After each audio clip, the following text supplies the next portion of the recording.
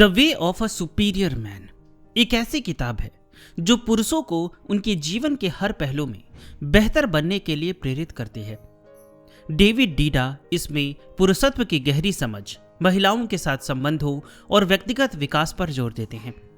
यह किताब आधुनिक पुरुषों के लिए एक मार्गदर्शक की तरह है जो उन्हें सिखाती है कि वे अपनी मर्दानगी को पूरी तरह से अपनाएं और अपने जीवन को सार्थक बनाएं। अपने उद्देश्य को प्राथमिकता दें, अपनी जिंदगी का मकसद ढूंढें और उसे जिएं। डीडा कहते हैं कि एक श्रेष्ठ पुरुष का सबसे बड़ा लक्ष्य उसका व्यक्तिगत उद्देश्य होता है, न कि केवल रिश्ते या सुख सुविधाएं। वे लिखते हैं, अपने जीवन का सबसे ऊंचा उद्देश्य खोजें और उसे हर चीज से ऊपर रखें, यहां तक कि अपने प्रेम और परिवार से भी। यहां डीडा यह सुझाव देते हैं कि पुरुषों को अपने जीवन में एक ऐसा मिशन चुनना चाहिए जो उनकी आत्मा को संतुष्ट करे। यह करियर, कला, समाज सेवा या कोई भी चीज हो सकती है। हर सुबह 10 मिनट के लिए शांत बैठें और सोचें कि आपकी जिंदगी का असली मकसद क्या है। इसे एक डायरी में लिखें और उस पर काम शुरू करें। स्त्री और पुरुष ऊर्जा का संतुलन। डीडा पुरुष और स्त्री ऊर्जा को दो अलग अलग ध्रुवों के रूप में देखते हैं। वे कहते हैं कि पुरुषों में स्वाभाविक रूप से दिशा देने वाली ऊर्जा होती है, जबकि महिलाओं में प्रवाह और भावना की ऊर्जा होती है। स्त्री को प्यार करना एक पुरुष का सबसे बड़ा उपहार है, लेकिन उसे नियंत्रित करने की कोशिश मत करो। हालांकि किताब में सीधे कोई प्रयोग का उल्लेख नहीं है, लेकिन यह अवधारणा मनोविज्ञान के यिन यांग सिद्धांत से मिलती जुलती है। 2015 में प्रकाशित एक शोध में यह पाया गया है कि रिश्तों में संतुलित भूमिकाएं दिशा और भावना खुशहाली को बढ़ाती है। अपने साथी के साथ संवाद करते समय उनकी भावनाओं को समझने की कोशिश करें, न कि हर चीज को तर्क से हल करने की। डर का सामना करें। डीडा का मानना है कि एक श्रेष्ठ पुरुष वह है जो अपने डर का सामना करता है और उसे पार करता है।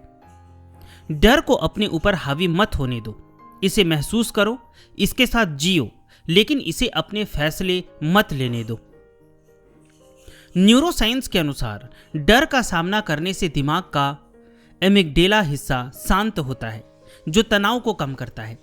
एक 2019 के अध्ययन में यह पाया गया है कि डर का सामना करने से आत्मविश्वास बढ़ता है।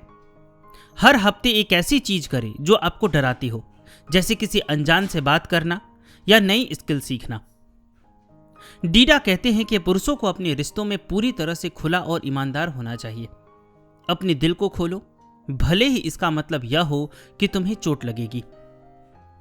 अपने पार्टनर से हर दिन 5 मिनट के लिए अपनी सच्ची भावनाएं साझा करें, बिना डर या झिझक के।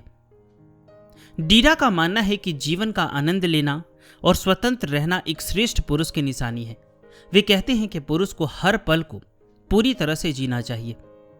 जीवन एक रहस्य है जिसे तुम्हें जीना है, न कि एक समस्या जिसे सुलझाना है। हर दिन कुछ समय प्रकृति में बिताएं या कोई ऐसा काम करें जो आपको खुशी दे, जैसे संगीत सुनना या नृत्य करना। किताब के मुख्य संदेश। उद्देश्य पर ध्यान दें। अपनी जिंदगी को एक बड़े लक्ष्य के लिए समर्पित करें। रिश्तों में गहराई लाएं, अपने साथी को समझें और प्यार में पूरी तरह से डूब जाएं। खुद को बेहतर बनाएं। हर दिन अपने डर, कमजोरियों और शक्तियों का सामना करें। हालांकि यह किताब मुख्य रूप से आध्यात्मिक और दार्शनिक है, लेकिन इसके कुछ विचार आधुनिक मनोविज्ञान से मेल खाते हैं। उदाहरण के लिए सेल्फ डिटर्मिनेशन थ्योरी यह कहती है कि उद्देश्य और स्वायत्तता मानसिक स्वास्थ्य के लिए जरूरी है, जो डीडा के उद्देश्य के विचार से मिलता है। रिलेशनशिप डायनेमिक्स 2020 के एक शोध में पाया गया कि रिश्तों में भावनात्मक खुलापन दीर्घकालिक संतुष्टि को बढ़ाता है। सुबह का चिंतन। रोज सुबह 15 मिनट अपने लक्ष्यों और भावनाओं पर विचार करें। दिन में 5 मिनट गहरी सांस लें और अपने डर को महसूस करें। अपने पार्टनर के साथ हर हफ्ते एक गहरी बातचीत करें। The way of the superior man एक ऐसी किताब है जो पुरुषों को उनके जीवन में संतुलन, शक्ति और प्रेम की कला सिखाती है। यह न केवल व्यक्तिगत विकास के लिए है, बल्कि रिश्तों को गहरा करने और समाज में सकारात्मक योगदान देने के लिए भी प्रेरित करती है।